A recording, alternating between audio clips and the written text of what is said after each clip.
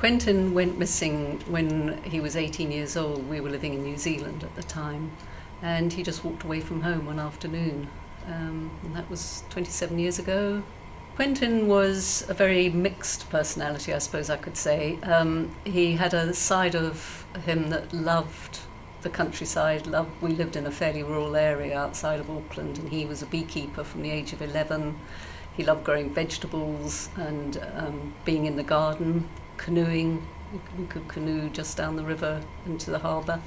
So he had that side to him, but then as he was growing up as a teenager, he also had the side that wanted to conform to his peer group, as all teenagers do, and that was quite a conflict often, because Auckland, like any city, was quite a tough place even then in the 80s and 90s. So I think he was struggling a bit with, who am I?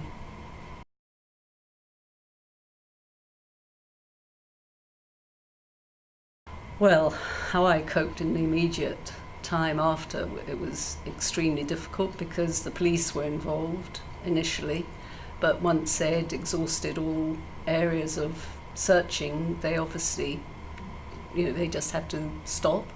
And this was 1992, remember? In New Zealand, there was no support whatsoever. So for many years, I felt very much on my own, because it's very difficult to talk about having a missing family member, because people just don't get it.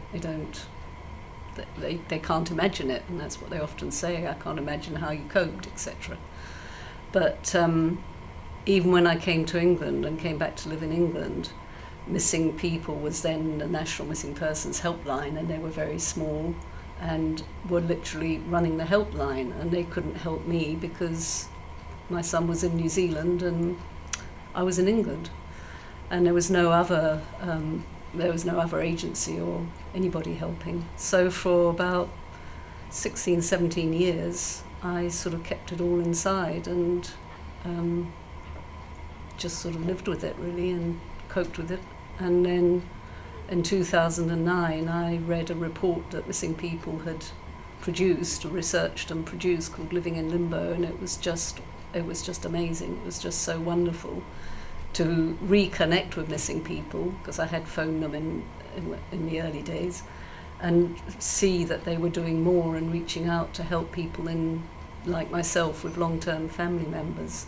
And for me, that was the first way I had any support at all. So Missing People became very much part of my life. I think families, when they first find out somebody they love has gone missing, it's total emotional chaos. But if they have been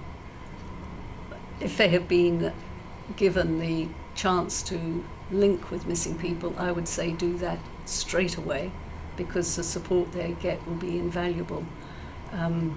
Unfortunately, we know that not everybody gets told to link with missing people, but I think the best thing you can do for yourself is to connect with missing people.